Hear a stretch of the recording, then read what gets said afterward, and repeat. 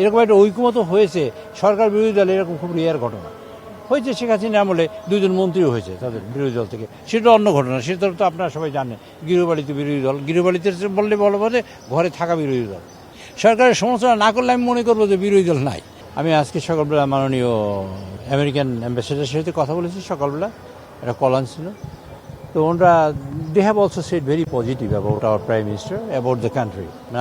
নারী সংরক্ষিত নারী সদস্যরা সেখানে আসবেন, সে ব্যাপারে কথা হয়েছে। তারপরে আমরা নেক্সট পার্লামেন্টারি কমিটিগুলো করব, সে ব্যাপারে কথা হয়েছে।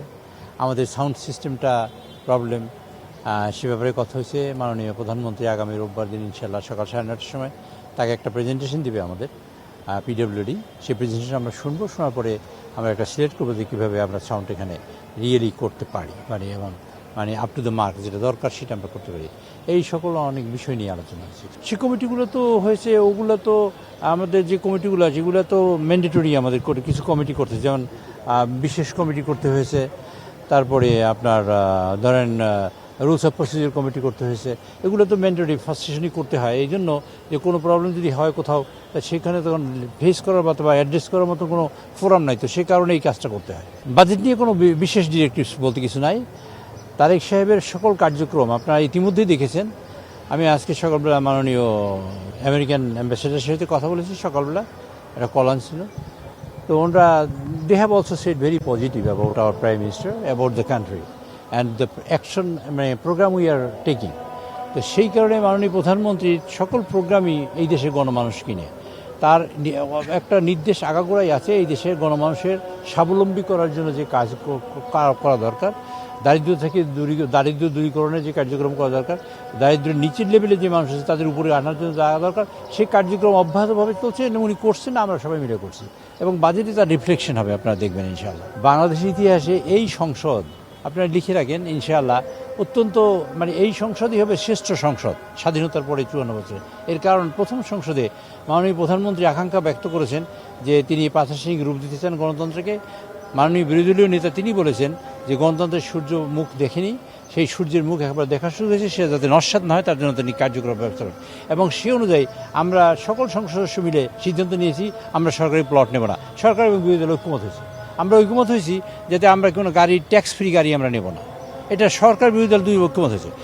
দুই দলই ঐক্যমত হয়েছে দেশের যে জ্বালানি সমস্যা, 3 কিলোমিটার 4 কিলোমিটার লম্বা লাইন 3 দিনের মধ্যে শেষ হয়ে গেছে, আমরা ঐক্যমত হয়েছে।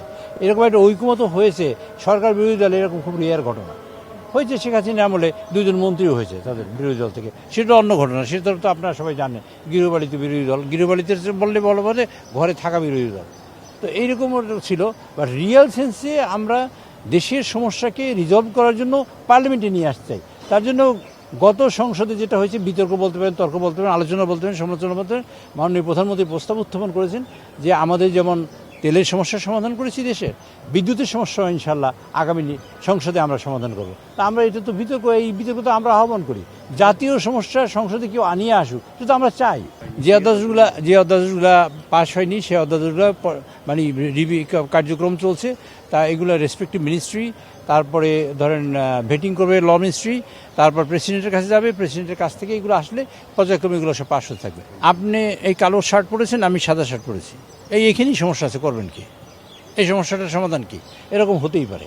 সরকার বিরোধী দল তো আসি এই কারণে সরকারের সমালোচনা করার জন্য থাকবে, এটাই স্বাভাবিক। সরকারের সমালোচনা না করলে আমি মনে করবো যে বিরোধী দল নাই, বিরোধী দল আছে, সেটা প্রমাণ করার জন্য তারা পরিশ্রম করবে, সেইটা করুক, সেটা আমরা চাই। আর আমরা চেষ্টা করব যৌক্তিক সমাধানে আসার জন্য। তাতে লাভ হবে দুইটা। জাতীয় সমস্যাটা, আপনারা একটা কথা সহজে বলি, আজকে মানুষ ইউটিউব দেখে না, ফেসবুক দেখে না, টেলিভিশন দেখে। সংসদ বসলে সবাই সংসদ দেখে, আমরা তো মানুষকে সেখানে নিয়ে আসতে পেরেছি। এটাই হলো আমাদের পজিটিভ অ্যাচিভমেন্ট বলতে পারেন আপনারা। কেন মানুষ দেখে? তাদের কথা বলি, এই গণমানুষের সমস্যার সমাধানের জন্য আমরা পরিশ্রম করি, সবাই মিলে পরিশ্রম করি, সে বিষয়টা তো মানুষ দেখে বলেই তো সংসদ। এবং সেই কারণে বিরোধী দল যা কাজ করে অবশ্যই আমি সাধুবাদ এবং মোবারকবাদ জানাই, ওয়েলকাম করি। এবং সেইটা হোক, সেটা চলতে থাকুক এবং চলুক, সেটা আমরা প্রত্যাশা করি।